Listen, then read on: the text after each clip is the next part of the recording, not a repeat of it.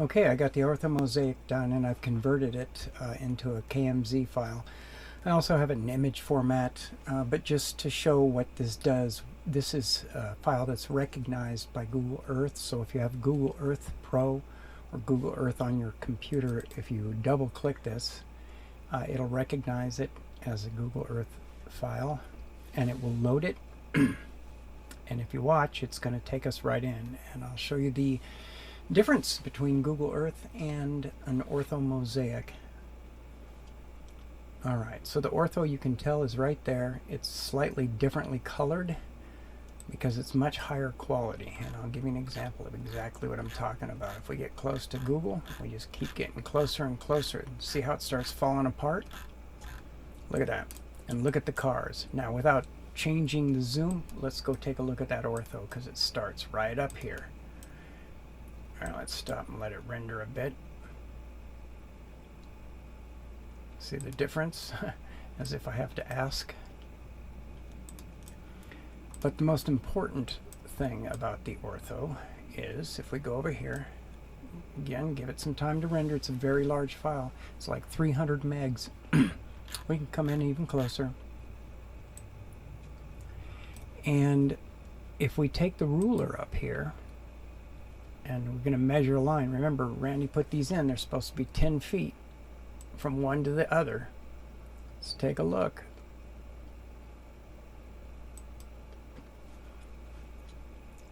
And I just slapped those in. So, I mean, 10.02. This is a design grade accuracy. It's not survey grade. There's a difference, but it is very, very close. Very close. You can also get, let's clear that. Let's come up here. Area. If you use the polygon option, and I can create a little video that shows you how to use this. All right, so we're going to click here and here, here, and here. And what it's telling us, oh, wow, that's weird. I guess that one didn't take. Let's clear it. That's not right. Here to this corner. Did that lay one down that time? It just does not like that corner. Let's move this one up here. How's that? And now let's put one here. Click. And then finally, last but not least, here. So there you go.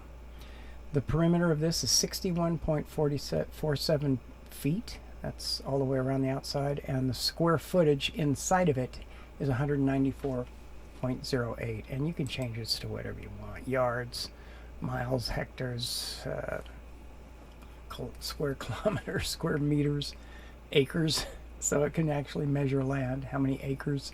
Let's put it on acres. Let's clear it. And let's just create an area here and see what it says. So this is in Google Earth, and yeah, you can alter it. Acres, 0.04 acres. The parameter is 172.32 feet. Let's try meters and see what it says. 52.52. So you can do all kinds of measuring, and you can also save them in Google Earth. So you can have this as a project. Now, any agricultural person, or they're going to know how to use Google Earth. They're going to know this. Also, if they need a certain file, they can open in a CAD program. That's easy enough to get them, but it's done, as you can see. And just look how sharp that is. Compared, look at the roof. Let's go take a look at what Google does. It breaks down right there. There you go.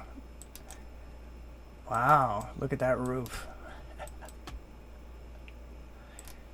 And that is an Orthomosaic. Very, very accurate. Let's let it render. There you go. They're done.